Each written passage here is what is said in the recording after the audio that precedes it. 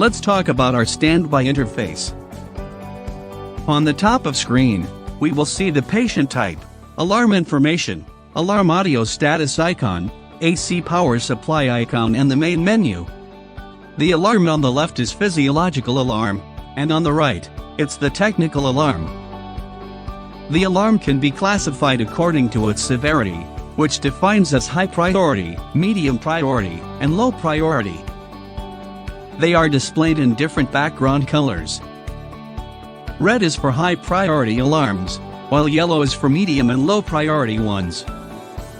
Let's move down a bit to our next section. This is our parameter setting area. It allows us to set three important parameters, which are the fraction of inspired oxygen, the rate of flow and humidification chamber temperature. Firstly, the fraction of inspired oxygen is the concentration of oxygen in the gas mixture.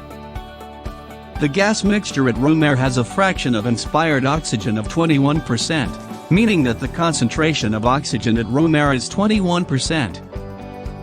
After NF5 is connected to oxygen source, we can alter the oxygen contraction to any number between 21 to 100%. Secondly, the rate of flow is calculated by the volume of oxygen and air passing by gas mixer chamber through turbine during the elapsed time of a minute. The higher flow rate we set, the higher speed of gas delivers to the patient.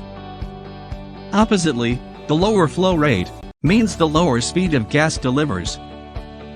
The recommended flow rate is between 30 and 40 liters per minute. But depending on a variety of scenario, please always consult the physicians before setting the flow rate. For example, the flow can go up to 80 liters per limit for adult, while only 30 liters per minute for pediatric. The purpose of this is to prevent extreme flow, which will make pediatric uncomfortable.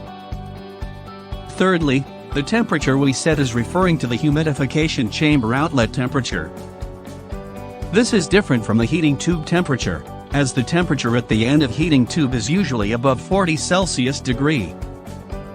But because the nasal cannula has no heating ability, the patient nasal temperature will drop about 3 to 5 degrees in comparison with the end of heating tube. On the standby interface, we will need to select the patient type. We can either select adult or child, depending on our needs. After the patient type is selected, the machine will have the default setting of the parameter range and alarm limits.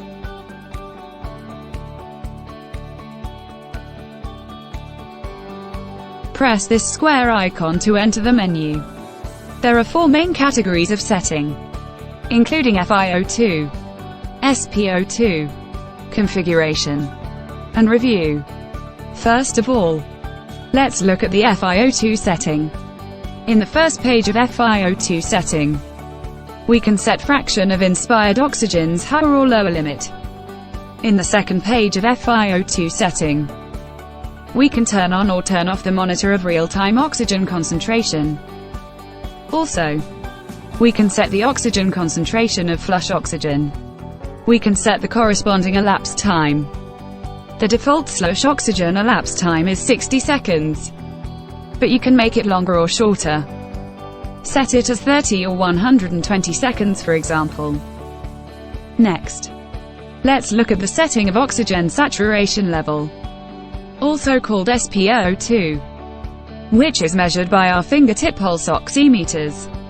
In the first page of SpO2 setting, we can turn on or turn off the alarm of SpO2 and pulse rate. Also, we can set the high limit and low limit of them. Healthy individuals at sea level usually exhibit oxygen saturation values between 96% and 99%, and should be above 94%. In the second page of SpO2 setting, we can turn on or turn off the SpO2 function or signal IQ. Signal IQ is the signal identification and quality indicator. Previously, clinicians questioned measurements when the plethysmograph looked corrupt or the pulse rate did not correlate with ECG heart rate.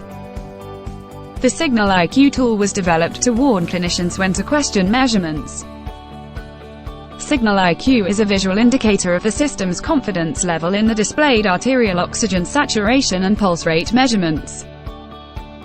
Our fingertip pulse oximeters will continue to report arterial oxygen saturation and pulse rate readings during motion and low perfusion. Signal IQ is an indicator that our advanced signal processing algorithms are extracting and displaying reliable information. We can also alter the sensitivity and scan speed.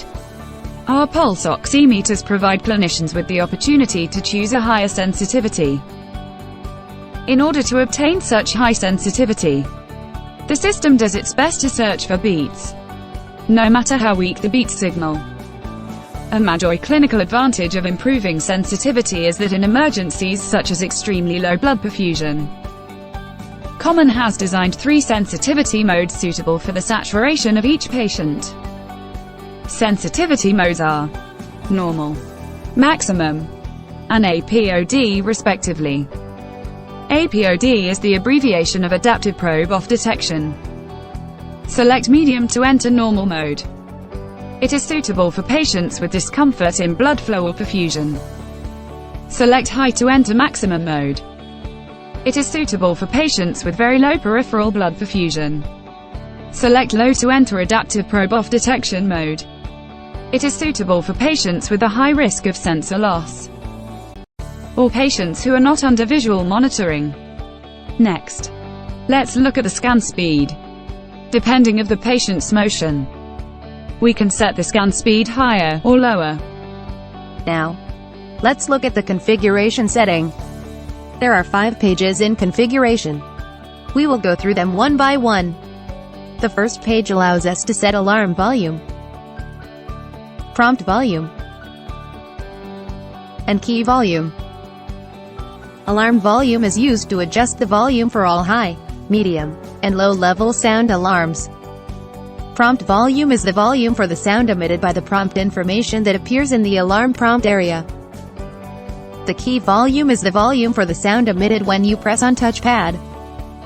The minimum alarm volume can be set in the maintenance menu. The second page allows us to adjust the date format or time format. You can set them according to your preference.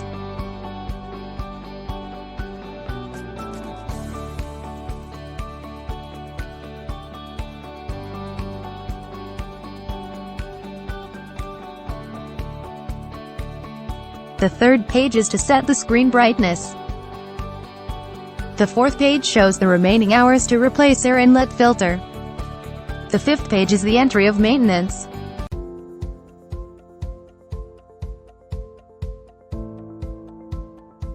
The password is 5188. Please be aware that this page will not be displayed during ventilation. Let's move on to our maintenance menu, which includes options of setting, calibration, diagnosis and USB.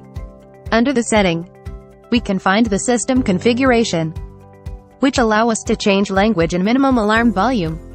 As the screen shown, the current language is English and minimum alarm volume is 2. We can also find the time information. Version information. The version information contains the information of system, VCM, keyboard, and serial number. In others, we can find the turbine lifetime and runtime. They can be reset if a new turbine is replaced. Now let's look at the calibration list. Our NF5 can perform pressure 0, pressure calibration, turbine calibration, oxygen calibration, and screen calibration.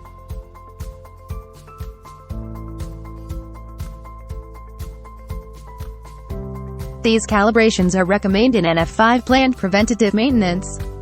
In the diagnosis interface, we can find the valve tool and calibration table. These are very useful for debugging the electronics and pneumatic issue.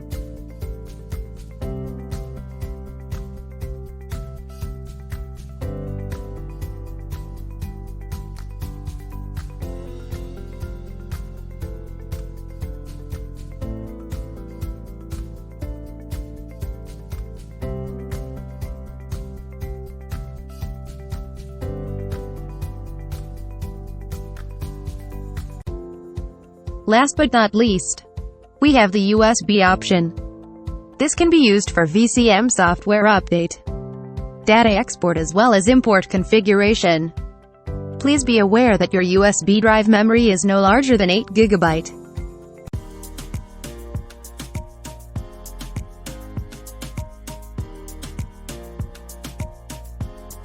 Now, let's try the NF5 ventilation.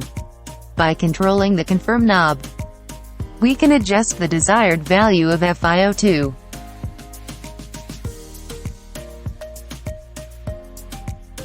Gas flow, and the temperature inside the humidification chamber. Choose the proper patient type. In this case it's adult. And then start ventilation.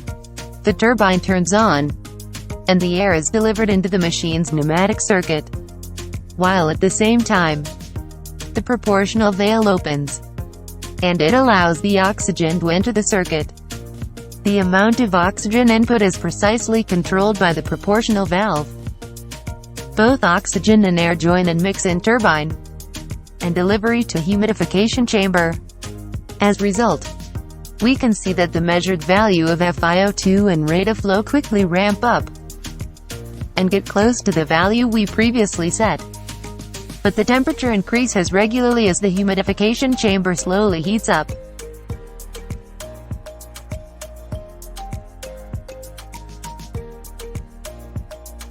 Please be aware of that the temperature we set is referred to the humidification chamber temperature.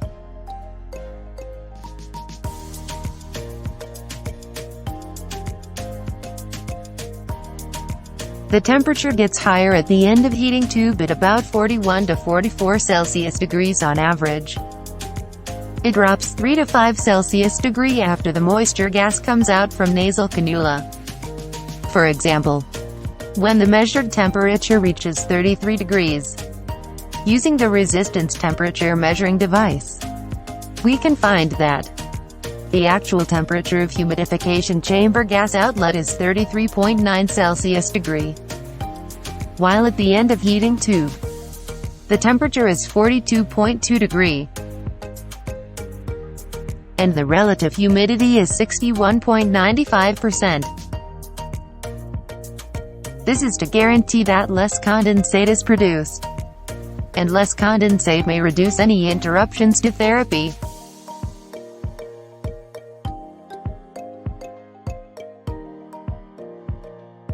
When the temperature value is flashing in orange, it's the indicator that the heating plate is currently working, and the humidification chamber is heating up.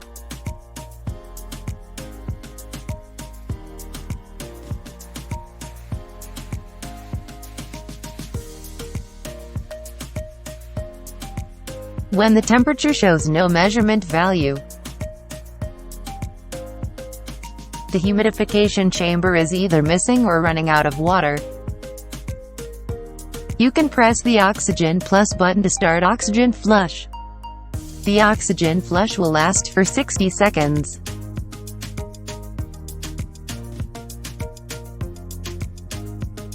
And you will see the measured FiO2 quickly ramp up to nearly 90%.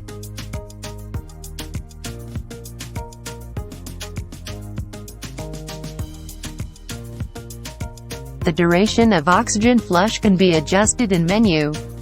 If the oxygen source pressure is inefficient, the oxygen concentration will stay at 21%. It's equivalent to the atmosphere oxygen concentration.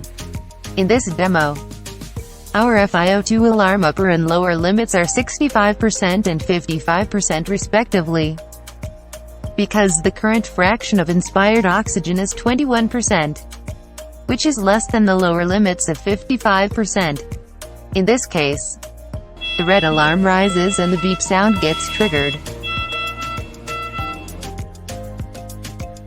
Press the switch.